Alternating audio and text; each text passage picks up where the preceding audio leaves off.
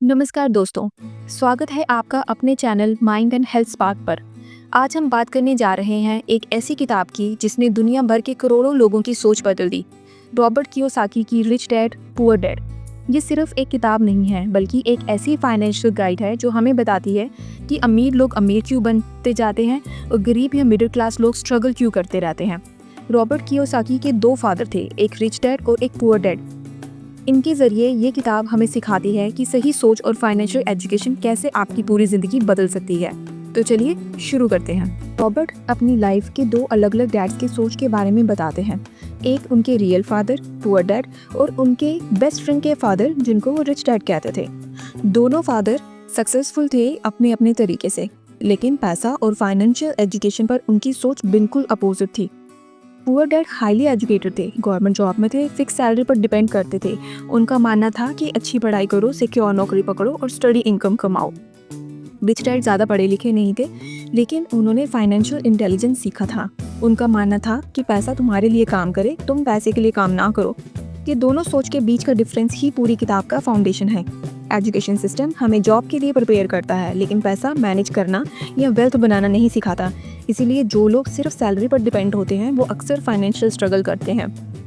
Poor dad की सोच थी, स्कूल जाओ, डिग्री लो, अच्छी नौकरी पाओ, पैसा कमाने के लिए हार्ड वर्क करो, जॉब सिक्योरिटी सबसे इम्पॉर्टेंट है, डेब्ट और रिस्क से दूर रहो। इनकी एग्जाम्पल थी, अगर उनके पास एक्स्ट्रा इनकम आता भी था तो वो लाइबिलिटीज खरीद लेते थे, जैसे नई कार, बड़ा घर, जो उनके खर्चे बढ़ा देता था। रिच डैड की सोच थी, फाइनेंशियल एजुकेशन सबसे इम्पॉर्टेंट है, पैसे के लिए काम मत करो, पैसे को अपने लिए काम करना सिखाओ। एसेट्स बनाओ जो रेगुलर इनकम लाए, रिस्क को समझो और उसे अपने फेवर में यूज़ करो। रिच डैड की एग्जांपल थी, रिच डैड कहते थे एक कार खरीदने से पहले ऐसा एसेट खरीदो जैसे रेंटल प्रॉपर्टी या स्मॉल बिजनेस जो आपके लिए कार का ईएमआई पे करे। मतलब पहले पैसा बनाने वाली चीज़ लो, फिर लग्जरी लो। सोचो, एक मिडिल क्लास नौकरी वाला बंदा हर महीने सैलरी लेता है। सैलरी आने के तुरंत बाद घर का rent, EMI, bills, school fees सब निकल जाता है। उसके पास एंड ऑफ मंथ जीरो बचता है। ये है रैट रेस, पैसा आता है और चला जाता है। रिच डैड कहते हैं अगर तुम एसेट्स खरीदना स्टार्ट करो जैसे stocks, rental property, small business, तो ये तुम्हारे लिए इनकम जनरेट करेंगे और एक दिन तुम अपनी जॉब पर डिपेंड नहीं रहोगे। पैसा अर्न करना इम्पॉर्टेंट है, लेकिन और भी इम्पॉर्टेंट है पैसे को समझना। अगर हम फाइनेंशियल एजुकेशन नहीं सीखेंगे तो चाहे सैलरी कितनी भी बड़ी हो, हम हमेशा स्ट्रगल करते रहेंगे। पुअर डैड हमेशा सेफ खेलते थे, रिच डैड रिस्क को समझ कर पैसा मल्टीप्लाई करते थे। अब आपको डिसाइड करना है कि आप किस डैड की सोच फॉलो करेंगे। वो सोच जो आपको एक सिक्योर जॉब पर अटका के रखेगी, या वो सोच जो आपको फाइनेंशियल फ्रीडम देगी। Chapter 1, the rich don't work for money. Robert यहाँ एक बड़ा मिथ तोड़ते हैं कि पैसा कमाना मतलब जॉब करना। उनके अकॉर्डिंग पुअर और मिडिल क्लास लोग हमेशा पैसा कमाने के लिए काम करते हैं, लेकिन रिच लोग सीखते हैं पैसे को अपने लिए कैसे काम कराया जाए। फेयर और ग्रीड, ये दोनों ही इमोशंस लोगों को पैसे के ट्रैप में फंसा देते हैं। फेयर यानी कि डर, लोगों को जॉब और सैलरी पर डिपेंड बनाता है। लोग हमेशा डर से काम करते हैं। डर होता है कि जॉब चली गई तो क्या होगा। ग्रीड यानी लालच, जब थोड़ा पैसा मिलता है तो लोग इमीडिएटली लग्जरी खरीद लेते हैं, जैसे car, TV, expensive cloth. Results, दोनों वजह से लोग हमेशा रैट रेस में फंसे रहते हैं। पुअर डैड की सोच थी, पुअर डैड रॉबर्ट से कहते थे बेटा हार्ड वर्क करो, फिर सैलरी बढ़ जाएगी और तुम सिक्योर फील करोगे। उनका मानना था कि पैसा कमाने का एक ही रास्ता है, वो है जॉब। रिच डैड की सोच, रिच डैड रॉबर्ट और उनके दोस्त मिक को सिखाते थे सैलरी के पीछे मत भागो, सीखो कि बिजनेस और इन्वेस्टमेंट से तुम पैसा कैसे मल्टीप्लाई कर सकते हो। उन्होंने एक रियल एक्सपेरिमेंट भी कराया। रॉबर्ट और मिक को अपनी दुकान में काम करने दिया, लेकिन बहुत ही कम सैलरी पर।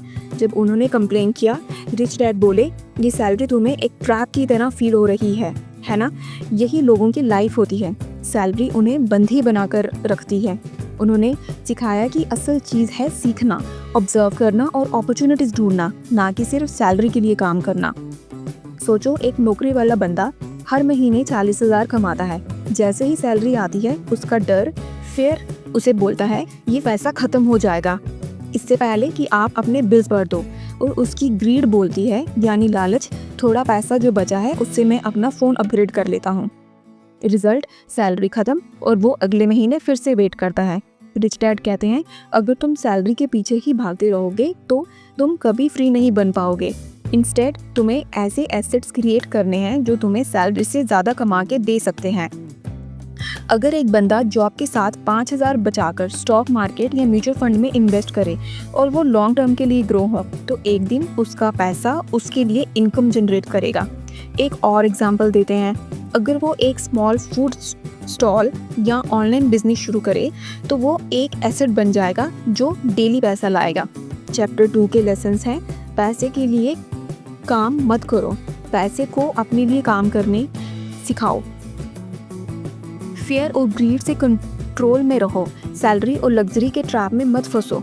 अपॉर्चुनिटीज़ को ऑब्जर्व करो, सीखना शुरू करो। फाइनेंशियल नॉलेज लेना सैलरी से ज़्यादा वैल्यूएबल है। चैप्टर 2 का सिंपल मैसेज है, मिडिल क्लास हमेशा सैलरी के पीछे भागता है, लेकिन रिच लोग अपने दिमाग को ट्रेन करते हैं कि पैसा उनके पीछे आए। Chapter 2 why teach financial literacy.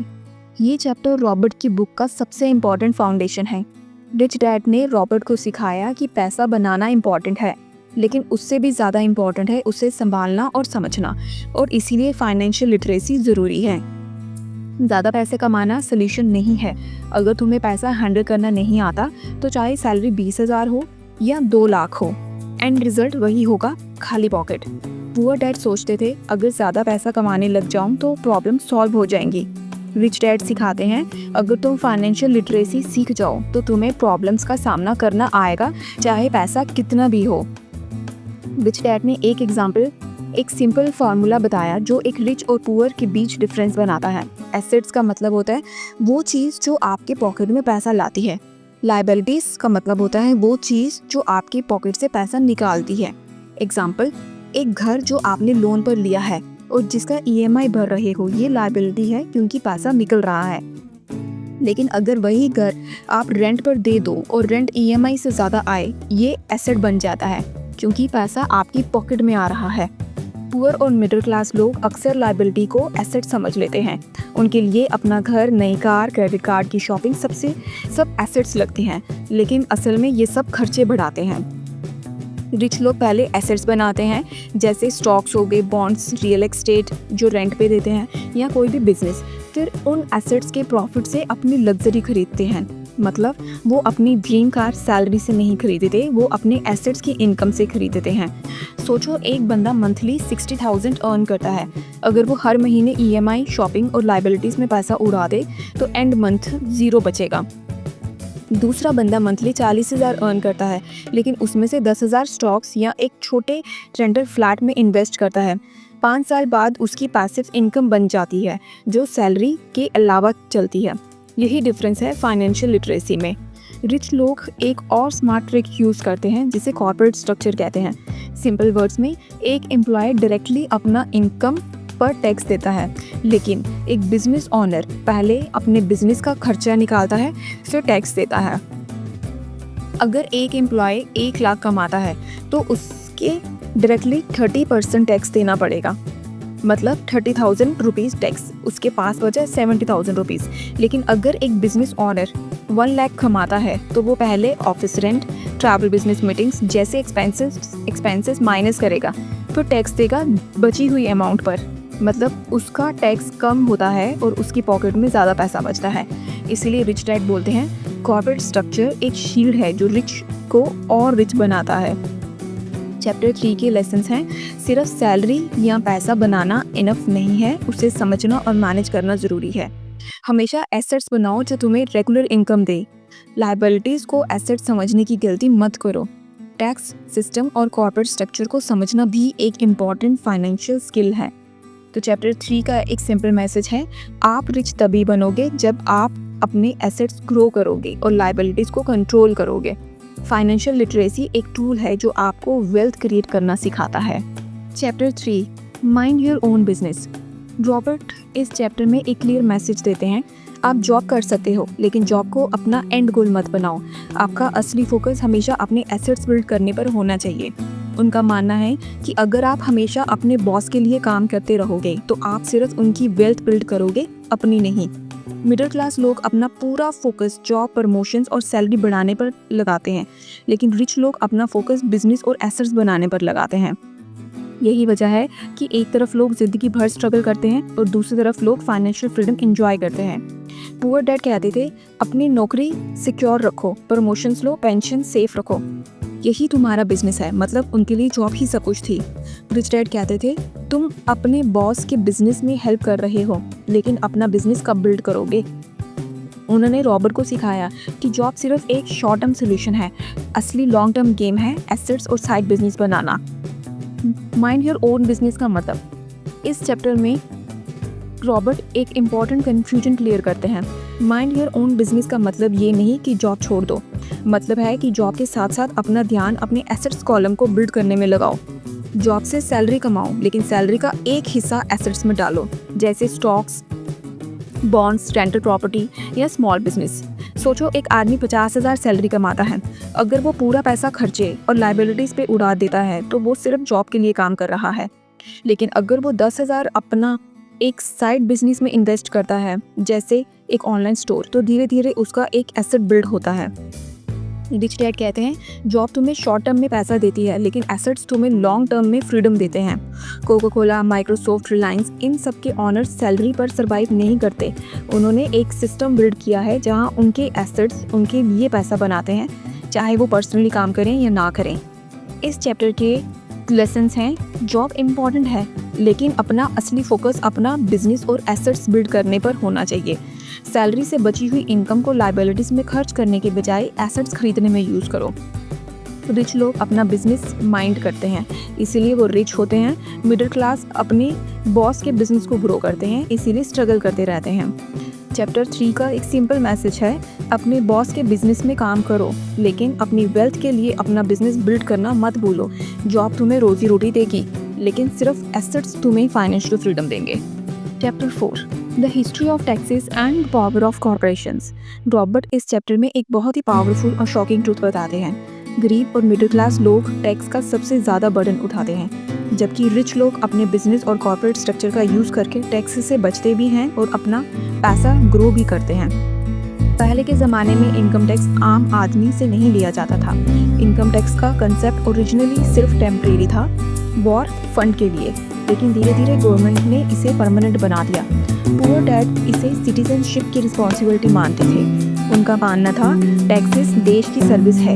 एक गुड सिटीजन बनने के लिए हम हमेशा टैक्स पे करना चाहिए।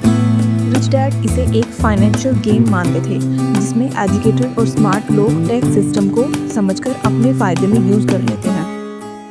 रिच डैड कहते थे, टैक्सेस का असली बोझ मिडिल क्लास पे होता है, ना कि रिच पे। क्यों? क्योंकि मिडिल क्लास के पास एसेट्स कम और लाइबिलिटीज ज़्यादा होती हैं। वो अपनी सैलरी से डायरेक्टली टैक्स पे करते हैं। एक सैलरीड पर्सन 1 लाख कमाता है, उसमें से गवर्नमेंट पहले टैक्स काट लेगी, बाकी पैसा उसके एक्सपेंसेस में जाएगा। एक बिजनेसमैन 1 लाख कमाता है, पहले वो अपना बिजनेस के एक्सपेंसेस माइनस करेगा, जैसे कार, ट्रैवल, ऑफिस एक्सेट्रा, और बचेगा उस पर टैक्स देगा। यानी एक बिजनेस मैन के पास बिफोर टैक्स पैसा यूज़ करने की पावर होती है, जबकि एम्प्लॉयज़ के पास आफ्टर टैक्स पे पैसा होता है। Difference between poor, middle class and rich class. Poor और मिडिल क्लास पहले सैलरी आती है, फिर टैक्सेस देते हैं, फिर वो बचे हुए पैसे से एक्सपेंसेस पूरे करते हैं, हमेशा सैलरी पर डिपेंडेंट होते हैं। रिच लोग और बिजनेस ऑनर्स पहले इनकम जनरेट करते हैं, इनकम से फिर वो एक्सपेंसेस माइनस करते हैं, बचे हुए पैसे पे वो टैक्स पे करते हैं। यानी पहले वो अपना पैसा अपने बिजनेस, ट्रैवल, इन्वेस्टमेंट्स, लग्जरीज में लगा लेते हैं, जो बचा है उस पर टैक्स देते हैं। यही रीज़न है कि rich get richer and middle class struggle. Robert इस चैप्टर में एक बहुत बड़ा सीक्रेट रिवील करते हैं। रिच लोग कॉर्पोरेशंस का यूज़ करते हैं अपने एसेट्स और टैक्स को मैनेज करने के लिए। कॉर्पोरेशन एक लीगल एंटिटी होती है, एक आर्टिफिशियल पर्पस जो पैसा कमा सकती है, खर्चा कर सकती है, इन्वेस्ट कर सकती है और एक टैक्स पे कर सकती है। Benefits of corporation. सबसे पहले टैक्स बेनिफिट्स। कॉर्पोरेशंस कम टैक्स रेट पर टैक्स पे करती है compare to individuals. Expenses in deduction. Business का के नाम पे घर, कार, ट्रैवल, फूड, मीटिंग्स सबको एक्सपेंस दिखाकर टैक्सेबल इनकम कम कर देते हैं। एसेट प्रोटेक्शन, अगर किसी पर केस हो जाए या फाइनेंशियल प्रॉब्लम हो जाए तो पर्सनल एसेट्स सेफ रहते हैं। कॉर्पोरेशन के एसेट्स अलग होते हैं। मान लीजिए एक सैलरीड एम्प्लॉय और एक बिजनेसमैन दोनों 1 लाख कमाते हैं। Salaried employ salary 1 lakh, tax 30% यानी 30,000 पे करेगा। बाकी 70,000 को वो फिर एक्सपेंसेस जैसे कार, घर, EMI, फैमिली, इन पे लगाएगा। Business owner through corporation laws के थ्रू इनकम 1 लाख रुपया, एक्सपेंसेस जैसे office car 20, travel 10,000, meeting 5,000, other business expenses means 15,000, ये सब दिखा के टोटल 50,000।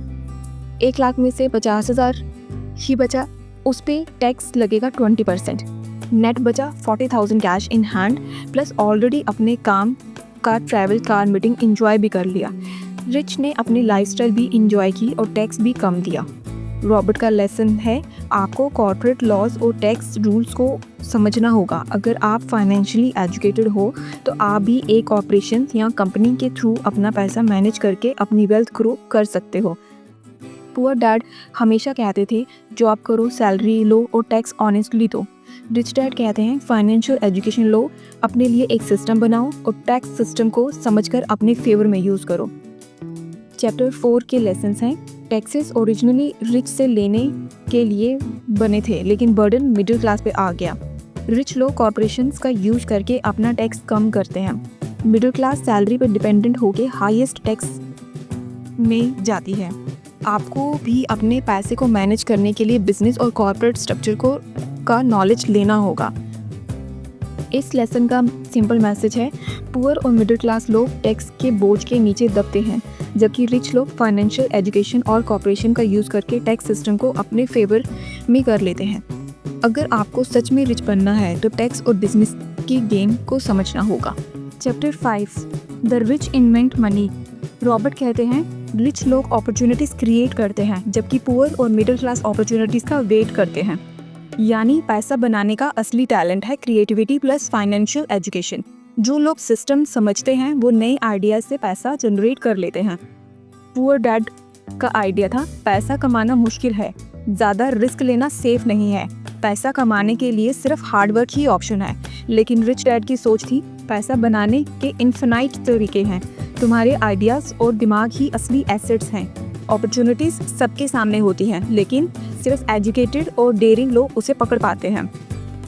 रॉबर्ट कहते हैं कि पैसा बनाने के लिए एक चीज़ ज़रूरी है, financial IQ। Financial IQ mainly 4 areas में होती है। सबसे पहले अकाउंटिंग, नंबर्स को समझना जैसे balance sheet, income statement, cash flow समझना। दूसरा पॉइंट है इन्वेस्टिंग, पैसा बढ़ाने की कला, एसेट्स आइडेंटिफाई करना और उनमें इन्वेस्ट करना। तीसरा है मार्केट अंडरस्टैंडिंग, डिमांड सप्लाई और ट्रेंड्स को समझना। फोर्थ है लॉ, मतलब टैक्सेस और कॉर्पोरेट स्ट्रक्चर समझना जिससे आप अपना पैसा प्रोटेक्ट और मल्टीप्लाई कर सको। रिच लोग इन 4 पिलर्स का यूज़ करके नए नए अपॉर्चुनिटीज़ इन्वेंट कर लेते हैं।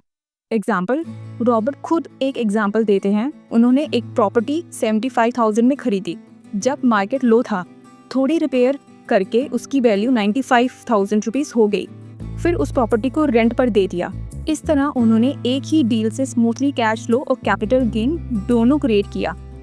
ये इन्वेंटिंग मनी का एक लाइव एग्जाम्पल है। ऑथर कहते हैं I can't afford it versus how can I afford it. Poor dad हमेशा बोलते थे मैं अफोर्ड नहीं कर सकता, जबकि रिच डैड कहते थे हमेशा पूछो मैं इसे कैसे अफोर्ड कर सकता हूँ। डिफरेंस ये है कि पहला सेंटेंस आपकी दिमाग को ब्लॉक कर देता है और दूसरा दिमाग को आइडियाज सोचने के लिए मजबूर करता है। रिच लोग रिस्क को अपॉर्चुनिटी के रूप में देखते हैं, मिडिल क्लास और पुअर लोग रिस्क को डेंजर समझकर अवॉइड करते हैं। रॉबर्ट कहते हैं रिस्क इग्नोरेंस से आता है, नॉलेज से नहीं। अगर आपको इन्वेस्टमेंट, मार्केट और बिजनेस की नॉलेज है तो आप रिस्क को मैनेज करके अपॉर्चुनिटी में बदल सकते हो। एग्जाम्पल, एक एम्प्लॉय का माइंडसेट होता है, मानो रवि एक सॉफ्टवेयर इंजीनियर है। उसने सुना कि एक प्रॉपर्टी अंडर प्राइस्ड बिक रही है, लेकिन उसने बोला मैं रिस्क नहीं लेना चाहता, अगर लॉस हो गया तो, और उसने चांस छोड़ दिया। लेकिन एंटरप्रेन्योर माइंडसेट क्या कहता है, मानो सुरेश ने वही प्रॉपर्टी खरीद ली, थोड़ा रिपेयर किया और फिर रेंट पर दे दिया। उसका मंथली कैश फ्लो स्टेबल हो गया और प्रॉपर्टी वैल्यू भी बढ़ गई। डिफरेंस सिर्फ माइंडसेट और फाइनेंशियल एजुकेशन का था। रॉबर्ट कहते हैं रिच लोग पैसा के लिए वेट नहीं करते, वो अपने दिमाग का यूज़ करके अपॉर्चुनिटीज़ इन्वेंट करते हैं, जैसे real estate deals, stocks, small business या कुछ साइड हसल्स। यानी पैसा एक लिमिटेड चीज़ नहीं है बल्कि एक आइडिया है। इस चैप्टर में समझने वाली बातें हैं, रिच लोग फाइनेंशियल एजुकेशन और क्रिएटिविटी का यूज़ करके पैसा इन्वेंट करते हैं। मैं अफोर्ड नहीं कर सकता कहने की जगह कैसे अफोर्ड कर सकता हूँ ये सोचना चाहिए। रिस्क इग्नोरेंस से आता है, जितनी नॉलेज ज़्यादा उतना रिस्क कम। अपॉर्चुनिटीज़ हमेशा सबके सामने होती हैं, सिर्फ ट्रेन्ड माइंड उसे देख पाते हैं। आपके आइडियाज़ और फाइनेंशियल IQ ही असली एसेट्स हैं। सिंपल मैसेज है इस चैप्टर का, पुअर और मिडिल क्लास पैसे के लिए काम करते हैं, जबकि रिच अपने दिमाग से पैसा बनाते हैं। पैसा बनाने के लिए सबसे बड़ा टूल है नॉलेज और imagination. Chapter 6, work to learn, don't work for money. Robert कहते हैं ज़्यादातर लोग अपनी लाइफ सिर्फ सैलरी के पीछे भागते हुए निकाल देते हैं, लेकिन रिच लोग सैलरी के लिए काम नहीं करते, वो स्किल्स सीखने के लिए काम करते हैं। पुअर डैड रॉबर्ट को हमेशा कहते थे एक स्टेबल जॉब लो, एक ही फील्ड में एक्सपर्ट बनो, सैलरी बढ़ती रहेगी तो तुम सिक्योर रहोगे। उनका मानना था कि स्पेशलाइजेशन ही सक्सेस है। रिच डैड ने कहा तुम्हें एक जगह चिपक कर सिर्फ सैलरी के लिए काम नहीं करना है, तुम्हें ज़िंदगी में मैक्सिमम स्किल्स सीखनी चाहिए, चाहे सैलरी थोड़ी कम भी मिले। जितनी ज़्यादा स्किल्स होंगी उतनी ज़्यादा अपॉर्चुनिटी तुम बना लोगे। रिच डैड कहते थे काम स्किल्स के लिए करो, पैसे ऑटोमेटिकली आएंगे। रॉबर्ट का अपना रियल लाइफ एग्जाम्पल। रॉबर्ट ने अपनी ज़िंदगी में अलग अलग फील्ड्स में काम किए। सबसे पहले मिलिट्री में गए लीडरशिप और डिसिप्लिन सीखने के लिए, ज़ेरॉक्स कंपनी में सेल्स की, सेलिंग और कम्युनिकेशन सीखने के लिए, देन रियल एस्टेट और बिजनेस में गए इन्वेस्टिंग और मार्केटिंग सीखने के लिए। वो कहते हैं अगर उन्होंने सिर्फ एक जॉब में लाइफ निकाल दी होती तो वो कभी भी फाइनेंशियली फ्री नहीं बन पाते। रॉबर्ट के अकॉर्डिंग अगर आपको रिच बनना है तो आपको सिर्फ अपने टेक्निकल काम की नॉलेज से काम नहीं चलेगा, बल्कि आपको अलग अलग इसेंशियल स्किल्स भी सीखनी होंगी। जैसे सबसे पहले सेल्स और मार्केटिंग, अपना प्रोडक्ट या सर्विस को बेचना सबसे बड़ा स्किल है। जो अपने आप को बेचना सीख गया वो दुनिया में कहीं भी सर्वाइव कर लेगा। दूसरा कम्युनिकेशन, पब्लिक स्पीकिंग, नेगोशिएशन और कन्विंसिंग, ये स्किल्स फाइनेंशियल ग्रोथ के लिए मस्ट हैं। मैनेजमेंट, लोगों को मैनेज करना, सिस्टम को हैंडल करना और टाइम को कंट्रोल करना। फोर्थ पॉइंट है इन्वेस्टमेंट एंड मनी हैंडलिंग, पैसा कहाँ लगाना है और कैसे ग्रो करना है ये समझना। रिच डैड कहते थे एक इंसान की वैल्यू उसकी मंथली सैलरी से नहीं बल्कि उसके स्किल्स सेट से मेजर होती है। रॉबर्ट कहते हैं मिडिल क्लास लोग एक ही स्किल में स्पेशलिस्ट बन जाते हैं, जैसे एक डॉक्टर, एक इंजीनियर, एक अकाउंटेंट। वो सिर्फ एक ही स्ट्रीम में एक्सपर्ट होते हैं, इसी वजह से वो हमेशा अपनी एक ही इनकम सोर्स पर डिपेंडेंट रहते हैं। जबकि रिच लोग मल्टीपल स्किल्स बिल्ड करते हैं और इसी वजह से मल्टीपल इनकम स्ट्रीम्स क्रिएट कर लेते हैं। रियल लाइफ एग्जाम्पल, मानो रवि एक टॉप इंजीनियर है जो 1.5 लाख सैलरी लेता है, लेकिन वो सिर्फ एक ही स्किल कोडिंग जानता है। अगर उसकी जॉब चली गई तो उसके पास कोई बैकअप नहीं होगा।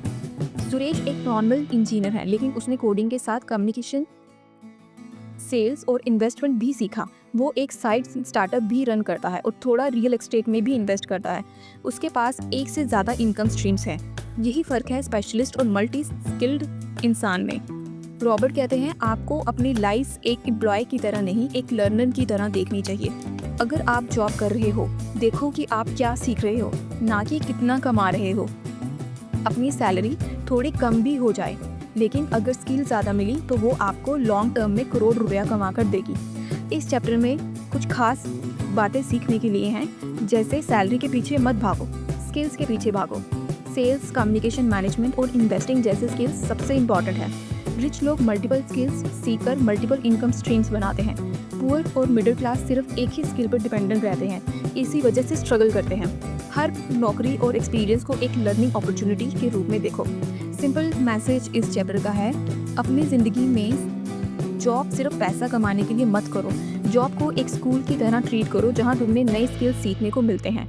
पैसा स्किल्स के पीछे आता है, जितने ज़्यादा स्किल्स उतनी ज़्यादा financial freedom. Chapter 7, overcoming obstacles. Robert कहते हैं सबको पैसा बनाना आता है, सबको अपॉर्चुनिटीज़ मिलती हैं, लेकिन सिर्फ कुछ लोग ही रिच बनते हैं। क्यों? क्योंकि उन्होंने अपने अंदर की ऑब्स्टेकल्स को ओवरकम करना सीखा है। फाइनेंशियल सक्सेस के रास्ते में 5 बड़े ऑब्स्टेकल्स आते हैं, जैसे सबसे पहला है डर, दूसरा शक या नेगेटिव सोच, तीसरा आलस, चौथा गलत आदतें एंड फिफ्थ है हमारा घमंड। रिच लोग इन ऑब्स्टेकल्स को समझकर उन्हें कंट्रोल कर लेते हैं, जबकि पुअर और मिडिल क्लास इन्हीं के शिकार हो जाते हैं। सबसे पहला आता है डर, पैसा खोने का डर। सबसे बड़ा ऑब्स्टेकल है यार, अगर पैसा खोया तो। पुअर और मिडिल क्लास लोग हमेशा इस डर की वजह से रिस्क नहीं लेते, वो जॉब पर डिपेंड रह जाते हैं, सेफ खेलते हैं। रिच डैड कहते हैं हर कोई पैसा खोता है, डिफरेंस ये है कोई उससे सीखता है और कोई उससे ज़िंदगी भर डर जाता है। एग्जाम्पल, अगर कोई शेयर मार्केट में 10,000 इन्वेस्ट करे और 2,000 का लॉस हो जाए तो एक मिडिल क्लास बोलेगा ये बहुत रिस्की है, मुझे नहीं करना। लेकिन एक रिच माइंडसेट वाला बोलेगा मैंने 2,000 देकर एक वैल्यूएबल लेसन खरीदा है, अब अगली बार गलती नहीं करूँगा। दूसरा पॉइंट है नेगेटिव सोच। बहुत लोग हमेशा एक्सक्यूजेस देते हैं, ये पॉसिबल नहीं है, मार्केट ख़राब है, सब फ्रॉड है। ये सोच उन्हें कभी शुरू ही नहीं करने देती।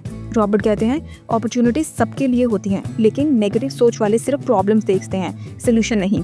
तीसरा पॉइंट है आलस। कभी कभी लोग बोलते हैं मेरे पास टाइम नहीं है, मैं बिजी हूँ। ये एक्चुअली लेजीनेस होती है, बस एक्सक्यूज़ बदल जाते हैं। रिच डैड कहते हैं टाइम सबके पास बराबर है, बस रिच लोग अपना टाइम एसेट्स बनाने में लगाते हैं और पुअर लोग डिस्ट्रैक्शन में।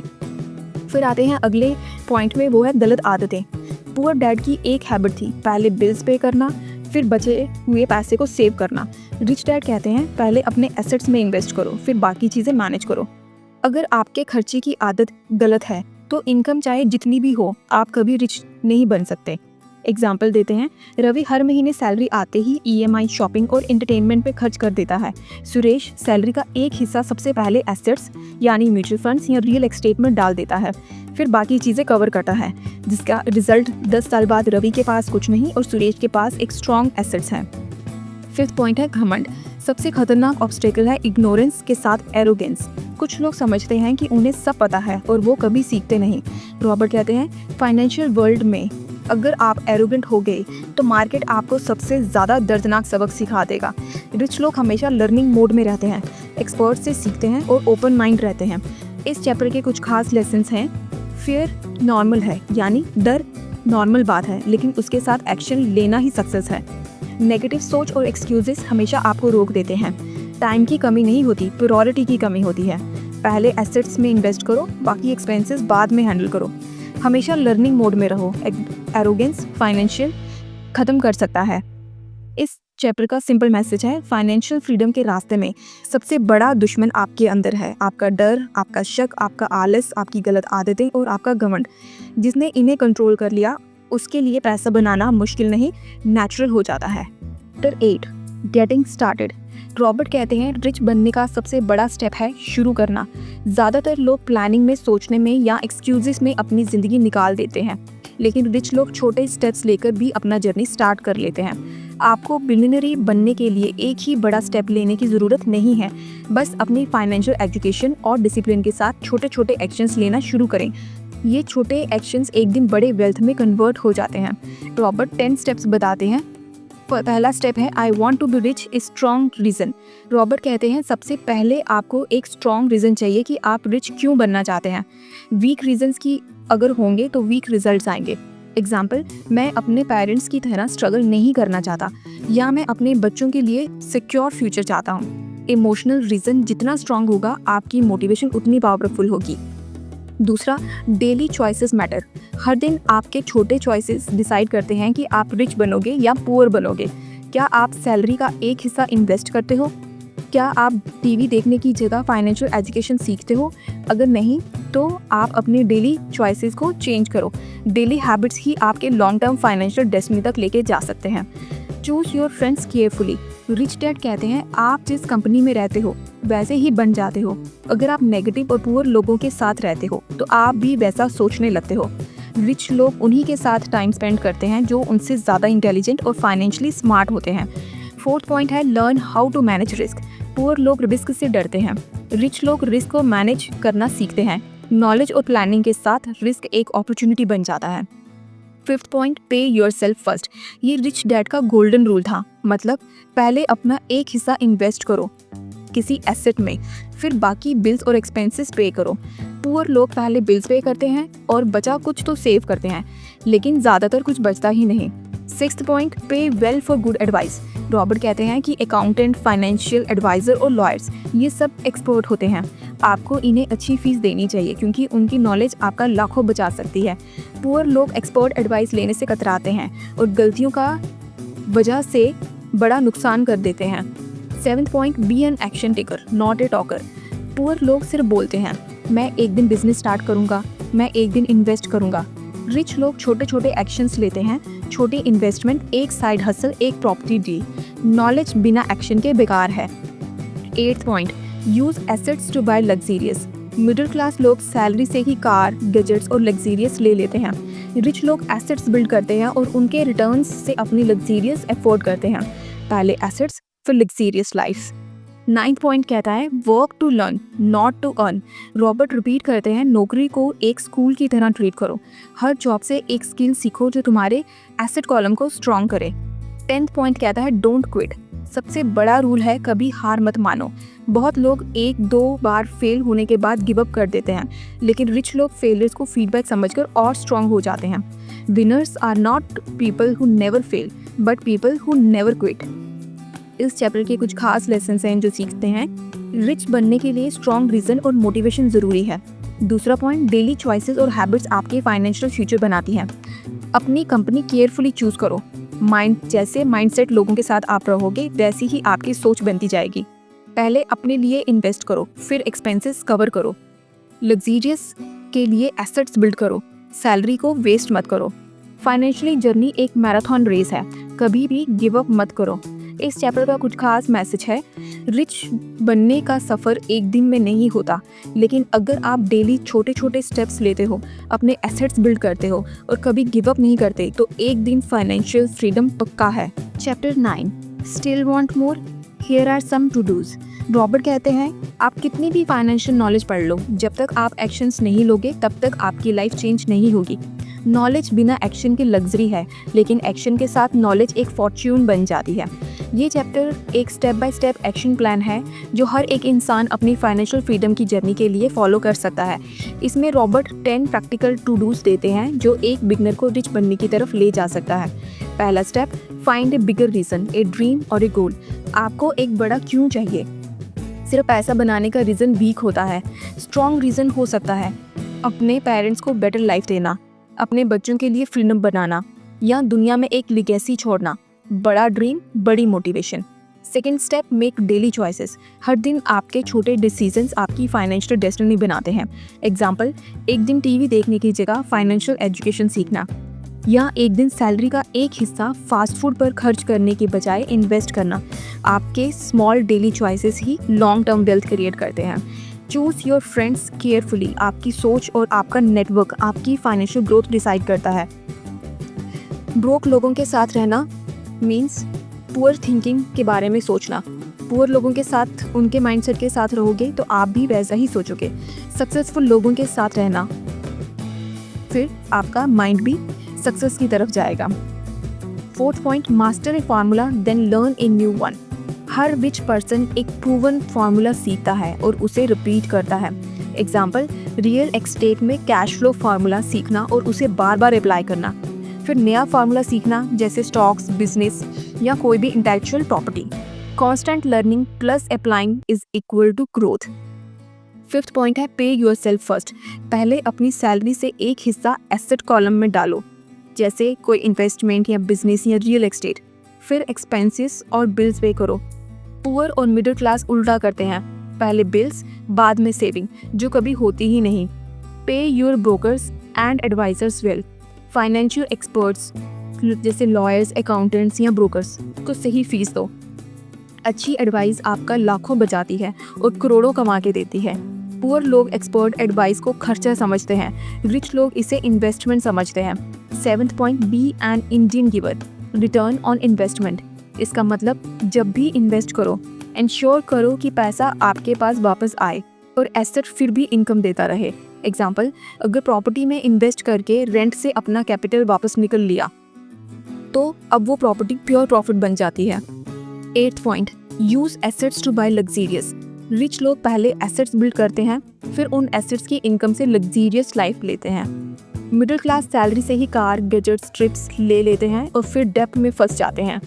9th point, choose heroes and learn from them. अपने फाइनेंशियल रोल मॉडल चूज करो, जैसे Warren Buffett, Elon Musk, Ratan Tata या कोई भी जो इंस्पायर करे। हीरोज से सीखने पर आप उनकी हैबिट्स अडॉप्ट कर लेते हो। 10th पॉइंट है, teach and shall receive. Robert कहते हैं सबसे best way to learn is to teach. जब आप फाइनेंशियल नॉलेज शेयर करते हो तो आप खुद और ज़्यादा डीप सीखते हो। नॉलेज सर्कुलेट करने से वो और स्ट्रांग हो जाती है।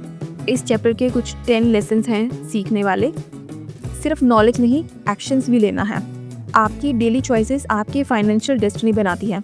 पहले अपना एसेट कॉलम बिल्ड करो, लग्जीरियस बाद में आएंगी। एक्सपर्ट एडवाइस को खर्चा नहीं, इन्वेस्टमेंट समझो। फेलियर से डरते नहीं, उनसे सीखते हैं।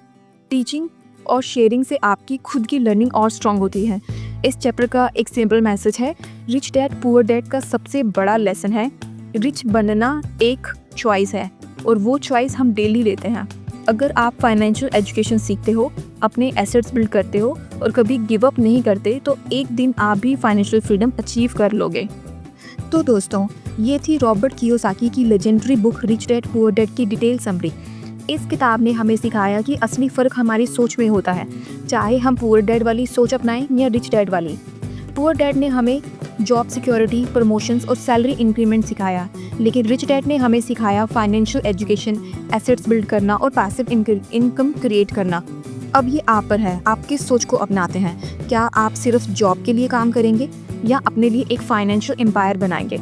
याद रखिए, पैसे के पीछे भागने से अमीरी नहीं आती, अमीरी आती है पैसे को समझने से और एसेट्स क्रिएट करने से। अगर आपको ये वीडियो पसंद आई हो और आपने इससे कुछ नया सीखा हो तो इसे लाइक और शेयर ज़रूर कीजिए। और हाँ, अगर आप चाहते हैं ऐसे ही लाइफ चेंजिंग बुक समरीज और health and mind related knowledge तो चैनल को सब्सक्राइब करना मत भूलिए। मिलते हैं अगली वीडियो में एक और इंस्पायरिंग किताब के साथ। Till then, take care, keep learning and keep growing. Bye.